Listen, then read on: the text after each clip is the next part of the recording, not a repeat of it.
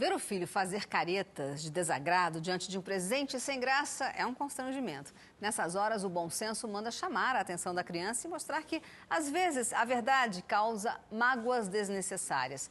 Não se trata de fazer apologia da dissimulação, mas a mentira social é importante nas relações. O desafio dos pais é reconhecer essas situações e calibrar as reações, evitando que os filhos caiam tanto no extremo da inconveniência quanto no Pinóquio. Quem está aqui é especialista em criança e adolescente, a psicóloga Gabriela Lucho. Boa tarde, Gabriela. Boa tarde.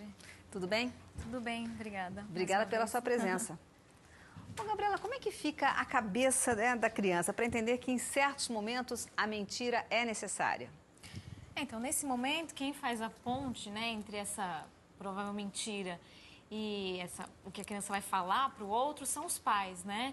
Eles precisam mostrar para a criança que elas não podem ser tão sinceras às vezes, porque tem um outro nessa história. Então, a pessoa que às vezes deu um presente, ou deu alguma coisa, ou falou algo que ela não gostou, ou que ela já tem, ela precisa às vezes mostrar isso de uma forma mais sutil, né? E não de uma forma tão, às vezes, verdadeira, que a criança pegava, eu já tenho, joga pro lado e sai correndo, né? E aí, claro, é uma situação muito chata para os pais, né? Então, os pais devem mostrar isso para a criança, né? Que se já tiverem, fala, bom, eu gostei, tanto que gostei que já tenho, mas vou tentar trocar, ou muito obrigada, porque tem um outro que pensou nela e que teve um carinho nessa situação, né?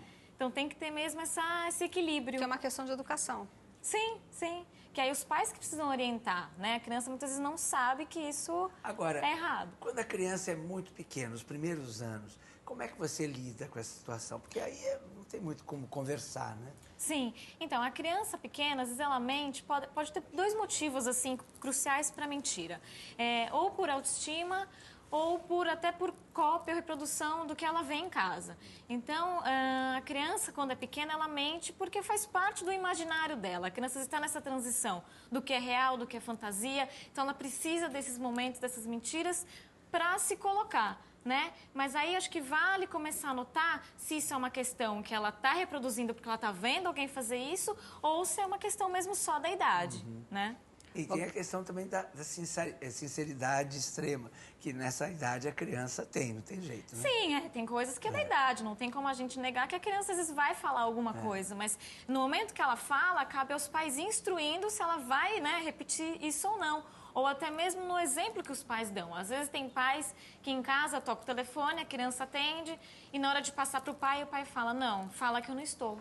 Né? Numa situação dessa, querendo ou não, pode ser uma coisa rotineira, mas a criança está aprendendo que o quê? Deve se mentir, né? Então tem que ver qual que é a situação que aquilo pode ser aplicado, às vezes na frente de uma criança pequena, né? Se a criança tem entre 5 e 6 anos e mente para esconder alguma coisa? Então, já nessa idade, que já passou um pouquinho da fantasia, acho que cabe a gente ver se tem uma questão de autoestima, né? É uma fase que as crianças competem um pouco entre si e até entre o que tem, né, o que possuem na escola. Então, às vezes, as crianças... Esconder um erro também, por exemplo. Esconder o erro, exatamente, né? Então, às vezes, a criança, numa escola, vê que um amiguinho corre mais que ela fala, eu também corro, é que hoje eu não vou correr porque eu não tô bem, né? Começa, às vezes, a criar motivos do porquê não faz aquilo. E não mostrar que não faz aquilo porque ela tem uma outra qualidade, né? Então, acho que cabe começar a perceber de onde vem essa mentira. Né? Certo. Agora, quando chega ali pelos 6 anos, a criança já começa a ter a noção do certo ou errado, né? E às vezes começa até a usar a mentira premeditadamente, né? Como se faz aí, nesse momento? Então, essa mentira, às vezes, premeditada, é em função, às vezes, de uma autoridade, né? Então, quando o pai, às vezes, coloca situações muito autoritárias, a criança, por medo e por defesa, acaba mentindo. Então, se tem uma situação assim em casa, se chegou em casa, o vaso está quebrado. Eu sei que foi você que quebrou, né? O pai vem com uma postura muito firme, muito autoritária, apontando aquele erro. Não que isso seja uma mentira, né? Pode até ter quebrado, mas às vezes tem uma outra forma de mostrar para a criança aquele erro e que ela perceba aquilo, né?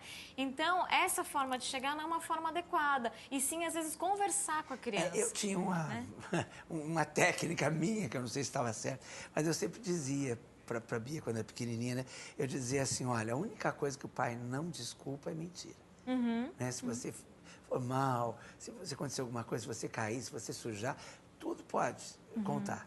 Agora, se mentir, aí o pai não perdoa. Né? E funcionou. Até hoje, ela está com 22 anos, de vez em quando ela fala assim, olha, você me ensinou a não mentir. E ela não mente mesmo, assim, a gente tem uma relação muito verdadeira, até exagerada às vezes. Né? Eu falo assim, eu não preciso saber dessas coisas, isso aqui, ela que mais fala isso comigo. Tem um limite, né, do que contar pro pai. Exatamente. Então, mas é importante, porque aí ela já ela aprendeu isso, né? Fez sentido para ela, né? Não foi de uma forma autoritária que fizesse com que ela mentisse sempre, né? Eu acho que afeto é muito Por medo. importante, né? Sempre. Sim, sim. O Gabriela, dos 7 aos 11 anos, como agir sobre uma mentira descoberta?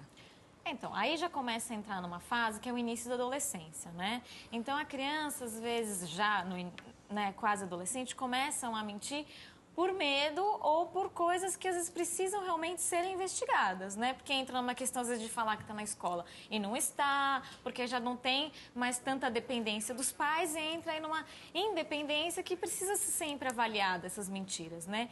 Ao mesmo tempo, também não precisam se investigar coisas dos filhos. Os pais às vezes têm uma ideia de, bom, então eu vou saber se está mentindo ou não, vou vasculhar o quarto inteiro, vou achar as provas, né? Acho que não é por provas, não é de uma forma invasiva, né? Tem dicas, então, para descobrir se o filho está mentindo?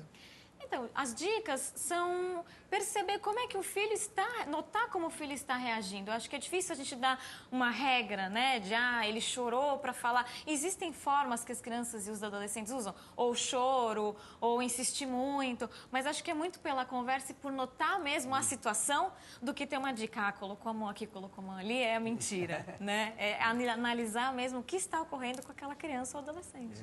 Tá certo. Obrigada, Gabriela, pela Obrigada sua